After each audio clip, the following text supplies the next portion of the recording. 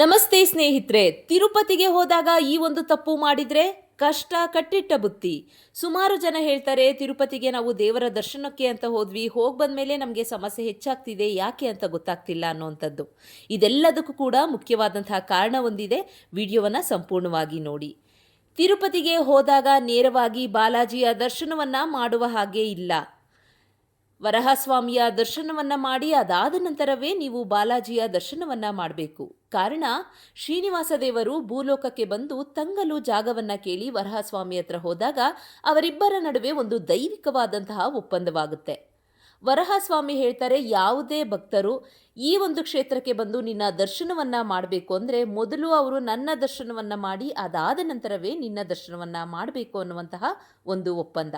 ಹಾಗಾಗಿ ಈಗಲೂ ಕೂಡ ತಿರುಪತಿಯಲ್ಲಿ ಮೊದಲನೆಯ ನೈವೇದ್ಯ ವರಹಸ್ವಾಮಿಗೆ, ಅದಾದ ನಂತರ ಬಾಲಾಜಿಯ ದೇವರಿಗೆ ಮಾಡುವಂಥದ್ದು. ಪುಷ್ಕರಣಿ ಇದೆ, ಪುಷ್ಕರಣಿಯ ದಡದಲ್ಲೇ ವರಹಸ್ವಾಮಿ ಇರುವಂಥದ್ದು. ಪುಷ್ಕರಣಿಯಲ್ಲಿ ಸ್ನಾನವನ್ನು ಮಾಡಿ ಅದಾದ ನಂತರ ವರಹಸ್ವಾಮಿಯ ದರ್ಶನವನ್ನು ಮಾಡಿ ಅದಾದ ನಂತರ ನೀವು ಬಾಲಾಜಿಯ ದರ್ಶನವನ್ನು ಮಾಡಿದ್ರೆ ನೀವು ಹೋದಂತಹ ಯಾತ್ರೆ ಸಂಪೂರ್ಣವಾಗಿ ಈಡೇರುತ್ತೆ. ನಮಸ್ತೆ, ಥ್ಯಾಂಕ್ ಯು.